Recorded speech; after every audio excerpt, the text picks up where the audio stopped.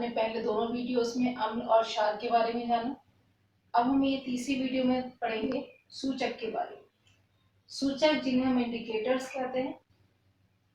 सूचक जो होते हैं ये पहचान के लिए होते हैं। ये अम्ल और क्षार दोनों के साथ अलग अलग कलर देते हैं या अलग अलग स्मेल देते हैं। ये पहचान कराते हैं कि कौन से पदार्थ अम्ल है और कौन से क्षार है, इसलिए हम इन्हें सूचक कहते हैं। क्योंकि अम्ल के साथ अलग रंग देंगे और क्षार के साथ अलग देंगे। ये तीन प्रकार के हैं। एक है प्राकृतिक सूचक जो कि नेचुरल होते हैं, जो प्राकृतिक चीजों से प्राप्त होते हैं, जैसे कि लिटमस होता है, हल्दी होती है, ये हमें नेचर से प्राप्त होता है। लिटमस जो होता है ये थैलोफाइटा संघ का एक लिचेन नामक प्लांट होता है, उससे प्राप्त होता है, जो कि पर्पल कलर का होता है। और दूसरा होता है हल्दी, के बारे में आप लोग जानते ही हैं, ये नेचर से हम प्राप्त हो रहे हैं तो इसे नेचुरल यानी कि प्राकृतिक सूचक कहा जाएगा। दूसरे होते हैं कृत्रिम सूचक जो आर्टिफिशियल होते हैं, जिन्हें प्रयोगशालाओं में बनाया जाता है, जैसे होते हैं फिनोल्फ्थेलीन और मेथिल ऑरेंज। तीसरे प्रकार के सूचक हैं गंधीय सूचक, जो कि अम्ल में अलग स्मेल देंगे और क्षार में अलग देते हैं। इनके एग्जाम्पल हैं जैसे प्याज का रस है, वेनिला एसेंस जो होता है, और लौंग। सार्वत्रिक सूचक जिसे यूनिवर्सल इंडिकेटर कहते हैं, ये अनेक सूचकों का मिश्रण होता है जो किसी विलयन में हाइड्रोजन आयन की सांद्रता को अलग अलग रंगों में बताता है। इसको हम विबग्योर के रूप में जानते हैं, BIV, violet, indigo, blue, green, yellow, orange, red. ठीक है।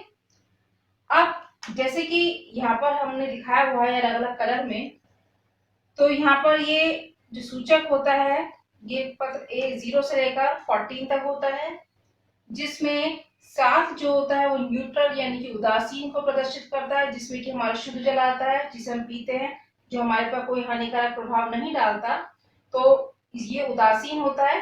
तो शुद्ध जल का pH जो होता है वो 7 होता है, लेकिन 7 से जो कम होते हैं वो कहलाते हैं अम्लीय, और 7 से जो ज्यादा होते हैं 14 तक वो कहलाते हैं क्षारीय।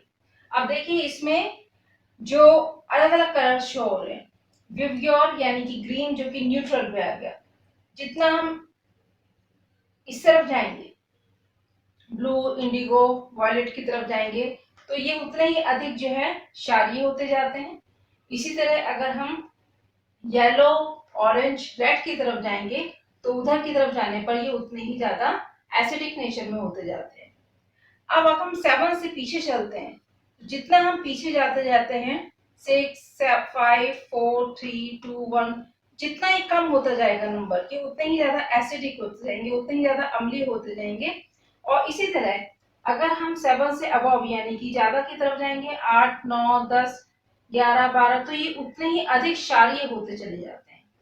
ठीक है। तो ये जो है, क्योंकि हमने पढ़ा था कि अम्ल जो होते हैं वो हाइड्रोजन आयन को निकालते हैं और जो क्षार होते हैं वो OH आयन को निकालते हैं, लेकिन ऐसा नहीं है। इसमें हाइड्रोजन और OH आयन दोनों नहीं होते हैं, लेकिन जितना ज्यादा अम्लीय होते हैं उसमें हाइड्रोजन आयन वो ज्यादा निकालते हैं, और जितना कम होते चले जाते हैं उतनी ही हाइड्रोजन आयन की मात्रा जो है कम होती जाती है। उसी तरह क्षारीय में भी ऐसा ही होता है, क्षारीय की तरफ OH की मात्रा ज्यादा होती है और अम्लीय की तरफ OH आयन कम होते चले जाते हैं। इस तरह ये अलग अलग कलर देते हैं, जैसे हमने यहाँ ग्रीन कलर है जो 7 है, उदासीन को शो कर रहा है। उसी तरह हम इसके पीछे जाएंगे तो जितना इसका प्रभाव अम्लीय होता जाए होना शुरू होगा तो येलोइश कलर में आ जाएगा। उसके बाद ये यहाँ पर येलोइश से ऑरेंज, ऑरेंज से इधर रेड होता चला जाएगा। तो जितना रेड ये ऑरेंज से रेड होता चला जाएगा तो उतना ज्यादा ये अम्लीय हो जाएगा। इसी तरह हम 7 के अगर राइट में जाते हैं तो यहाँ पर भी ये थोड़ा ग्रीनिश टच में हल्का होता जाएगा, फिर ब्लू, इंडिगो और वायलेट यानी होता चला जाएगा। यहाँ पर इंडिगो, ब्लू, वायलेट होता चला जाएगा। तो यानी कि जितना ही कलर वायलेट होता जा रहा है तो उतना ही ज्यादा ये अधिक क्षारीय होता चला जाएगा। जिनका pH 7 से कम होता है वो अम्लीय कहलाते हैं, और जिनका pH 7 से ज्यादा यानी कि 8 से लेकर 14 तक होता है वो क्षारीय कहलाते हैं। और उसी तरह जिनका pH 7 होता है वो न्यूट्रल यानी कि उदासीन कहलाते हैं, जैसे कि शुद्ध जल। अगर शुद्ध जल का पीएच पूछा जाए तो वो कितना कहलाता है? 7 कहलाता है। अब यहाँ पे सूचक है, सूचक के हमने बताया कि लिटमस है, हल्दी, फिनोल्फ्थालीन, मिथाइल ऑरेंज। तो ये अम्ल में अलग कलर देते हैं और क्षार में अलग कलर देते हैं। अब लिटमस जो होता है वो अम्ल में लाल रंग देता है और क्षार में नीला रंग देता है। ये यहाँ पर लिटमस जो होता है वो नीले लिटमस को लाल में बदलेगा और यहाँ पर लाल लिटमस को नीले में बदल देगा। उसी तरह फिनोल्फ्थालीन भी सूचक है जो कि अम्ल के साथ रंगहीन हो जाता है और क्षार के साथ गुलाबी रंग देता है। तीसरा है मिथाइल ऑरेंज, ये भी अम्ल के साथ लाल रंग देता है और क्षार के साथ जो होता है वो पीला रंग देता है।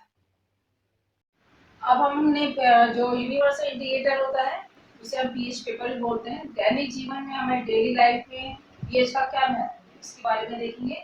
जो हमारे शरीर का जो पीएच होता है वो 7 से लेकर 7.8 तक होता है। यानी कि अगर पीएच 7.8 से ज्यादा हो जाए या 7 से कम हो जाए, दोनों स्थितियों में हमारे लिए नुकसानदायक होता है, कोई ना कोई रोग शरीर में हो जाता है। इसी तरह वर्षा का जो जल होता है उसका पीएच 5.6 होता है। अगर 5.6 से कम हो जाएगा तो वो जो वर्षा होगी, बारिश होगी, वो एसिडिक रेन कहलाती है, यानी कि अम्लीय वर्षा कहलाती है। इसलिए कहा भी जाता है कि मौसम की पहली बारिश में नहीं नहाना चाहिए क्योंकि वो अम्लीय वर्षा होती है। और उसका एक एग्जाम्पल है बहुत अच्छा कि आगरा में जो ताजमहल है वो पहले की अपेक्षा पीला पड़ता जा रहा है। ये जो अम्लीय वर्षा होती है ये उसको नुकसान पहुंचा रही है क्योंकि वहाँ पर बहुत सारी फैक्ट्रीज वगैरह है, उनसे एसिड्स निकलते हैं और जिसके कारण वहाँ का जो वर्षा हुई वो अम्लीय वर्षा होती है, जिससे कि उसमें दरारें पड़ती जा रही हैं और वो पीलेपन पे आता जा रहा है। जो हमारे मुंह का पीएच होता है वो है 5.5 होता है।